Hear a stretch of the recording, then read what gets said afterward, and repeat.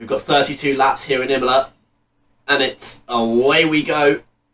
So here, Dan gets a good start, and so I manage to get the speed to get up alongside coming into turn one. Look at this beautiful dive. Get him. Big dive there. And then I hold them behind. Dan's already got a 1.5 gap, which is what we want. He comes for the move. Here he comes down the inside. I mean, that was a nice move. Now you can see he's flashing. I was letting Dan know that he's run out of ERS. So he goes flying ahead now. The toe on this track, combined with maximum top speed, combined with ERS and DRS, is insane. Look at that. I go flying ahead because I've kept in DRS of Jack, and he's just towing me along. Charlie causes safety car to come out, and now we're all bunched up again. It was looking so good. We had a good gap to the lead.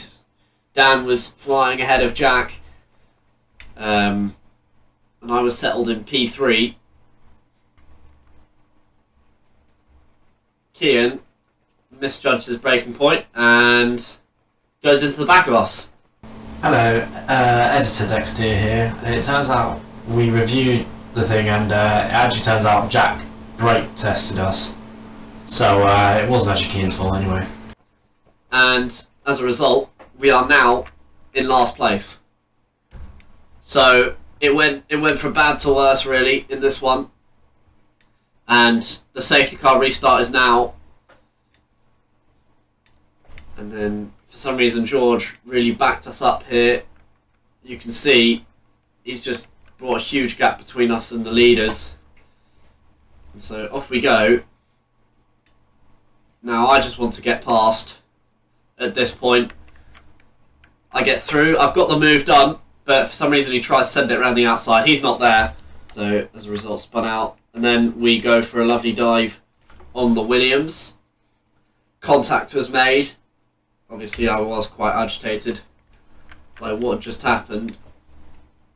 Now we come through here, and we're closer than ever to the Ferrari, but you can see there's now an Aston Martin. That isn't who you think. That is Charlie. He's a lapped car, bear in mind, and look what happens here. I mean, of course, the Ferrari, for some reason, did go behind him on the straight. But then, for some reason, Charlie decides to go for the racing line rather than pull to the inside and let us pass. So that was strange. But anyway, we get through, and then them two crash. But that was the Ferrari's fault. I looked at the replay. He went into him there.